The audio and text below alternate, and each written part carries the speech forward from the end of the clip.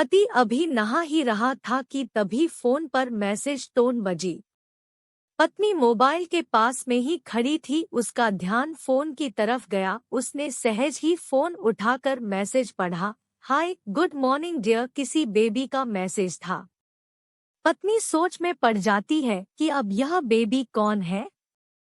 तब तक पति भी नहाकर बाहर आ चुका है। पत्नी उसे किसी बेबी का मैसेज आया है बताती है। पति मुस्कुरा देता है, फोन उठाकर उस मैसेज का रिप्लाई करता है, hi baby how are you, और अपने काम में लग जाता है। इस रिप्लाई को भी पढ़ती है। अब हर पल पत्नी के दिमाग में यही विचार कौंधता रहता है कि यह बेबी कौन है। शाम को पति घर आता है। पत्नी उससे पूछती है, यह बेबी कौन है। पति जवाब में सिर्फ मुस्कुरा देता है और फिर से अपने काम में लग जाता है। 2-3 दिन बीत जाते हैं। उन विचारों ने अभी तक पत्नी का पीछा नहीं छोड़ा था और फिर से पति के मोबाइल पर फिर एक बार बेबी का मैसेज आता है, आज तो मिलोगे कि नहीं, तुम्हारी बहुत याद आ रही है। इस मैसेज ने आग में घी का काम किया। पत्नी का शक और भी ज्यादा पक्का हो गया। बीच बीच में ऐसे मैसेजेस का आदान प्रदान होता रहता और पत्नी के मन में शक की जड़ें और गहरी होती गई। पति पूछने पर भी जवाब में सिर्फ मुस्कुराहट के और कुछ नहीं कहता। यह शक गुस्सा बनकर तब ज्वालामुखी की तरह फट पड़ता है जब एक दिन उसे अपने पति की जेब में सिनेमा की 2 टिकटें मिलती है। पत्नी अपने पति से बहुत झगड़ती है। पति उसे समझाने की कोशिश करता है, लेकिन वह कोई भी बात सुनने को तैयार नहीं है। पति को भी उस पर गुस्सा आ जाता है और यह झगड़ा और भी ज्यादा बढ़ जाता है। गुस्से में पति घर से बाहर निकल जाता है। पत्नी का गुस्सा पति से कई गुना ज्यादा है। तुरंत वो अपना सारा सामान पैक करती है, एक चिट्ठी लिखती है कि मैं मायके जा रही हूँ हमेशा के लिए, और पति का घर छोड़कर चली जाती है। गुस्सा शांत होने पर जब पति घर आता है तो चिट्ठी पढ़कर उसके होश उड़ जाते हैं। 10 दिन बीत जाते हैं और गांव के उस घर पर डोरबेल बजती है जहां पत्नी रहने चली गई है। पत्नी दरवाजा खोलती है। दरवाजे पर 10 साल की एक छोटी बच्ची हाथों में चिट्ठी लिए खड़ी है।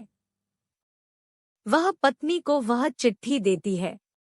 बच्ची से वह चिट्ठी लेकर पत्नी चिट्ठी खोलकर पढ़ती है, डियर वाइफ, जिस बेबी की वजह से हम दोनों में इतने झगड़े हुए और तुम हमारा घर छोड़कर यहाँ चली आई, यह बच्ची जो अभी तुम्हारे सामने खड़ी है वह वही बेबी है। अनाथ आश्रम की एक प्यारी बच्ची इसी के साथ में बातें करता था, सिनेमा जाता था। पहली बार जब तुमने बेबी के बारे में पूछा था तो मैंने जानबूझकर तुम्हें नहीं बताया था। सोचा था थोड़ा मजाक करता हूँ, देखता हूँ तुम कैसे रिएक्ट करती हो, लेकिन मैंने यह कभी नहीं सोचा था कि तुम्हारा शक इतना बढ़ जाएगा कि तुम घर ही छोड़ दोगी। हाँ, सबसे जरूरी बात यह तो बेबी है, वह किसी और की नहीं बल्कि तुम्हारी ही बेटी है। रुको, अपने आप को संभालो और आगे की बात ध्यान से पढ़ो। हमारे शादी के 2 साल पहले की यह बात है। तुम अपने कॉलेज के लास्ट ईयर में थी। तुम्हारे प्रोफेशन में नोट्स लेने के बहाने तुम्हें बुलाया था और तुम्हें चाय में इन नशीली दवा खिलाकर ना करने वाला काम किया था। इसमें तुम्हारी कोई गलती नहीं की थी, लेकिन कुदरत ने अपना काम किया और तुम्हारे पेट में इस बेबी को डाल दिया। काफी प्रयास करने पर भी अबॉर्शन नहीं हुआ तो तुम्हारे घर वालों ने समाज के डर से तुम्हें 6 महीने तक घर में ही रखा। तुम्हारे पिताजी खुद एक डॉक्टर है, इसलिए यह बिन मांगा बच्चा बड़ी आसानी से बिना किसी को कनोकान खबर हुए इस दुनिया में आया।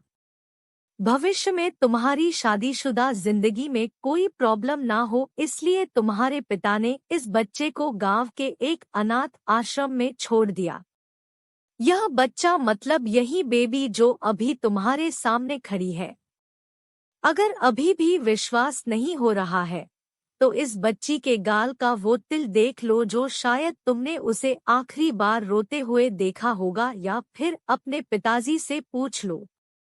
पत्नी जल्दी से उस बच्ची को पास में लेकर उसके गालों का तिल देखती है।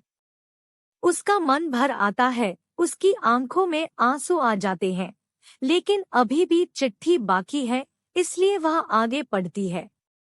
शिक्षाप्रद कहानियों का संग्रह। मुझे पता है अभी भी तुम्हारे मन में यह सवाल उठ रहा होगा कि यह सब मुझे कैसे पड़ा।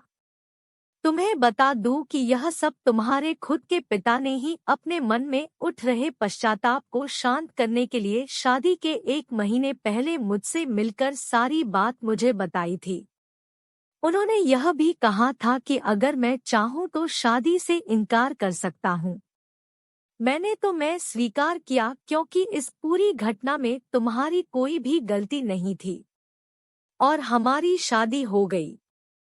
तुमने मुझे बहुत प्यार दिया, लेकिन तुम्हारे पिता से बेबी के बारे में जानने के बाद मैं उसे मिले बिना नहीं रह पाया। मैं बीच बीच में उससे मिलता था, उससे मिलना, उसके साथ समय बिताना मुझे अच्छा लगता था। कितनी प्यारी बच्ची, बिना किसी गलती के क्यों सजा भुगते, बस इसलिए मैं उसे थोड़ी सी खुशी देने की कोशिश करता था। बस मुझे इतना ही कहना था। अब अगर तुम फिर से अपने घर आकर मेरे साथ रहना चाहो तब और सिर्फ तभी गैलरी में आ जाओ, तुम्हारा और सिर्फ तुम्हारा डियर पति। बिना एक क्षण की भी देरी के पत्नी दौड़कर गैलरी में पहुंची और रास्ते पर उसका पति एल खड़ा था, उसके चेहरे पर मुस्कान की, पत्नी की आंखों में आंसू के पूर्ण। कारण कुछ भी हो, अपने दोनों के बीच में कभी भी सबको थोड़ी सी भी जगह मत दो, क्योंकि दुनिया में हर बीमारी का इलाज है, लेकिन शक नाम की बीमारी का कोई इलाज नहीं है। मन शांत रखो, जो भी मन में आए एक दूसरे को बताओ।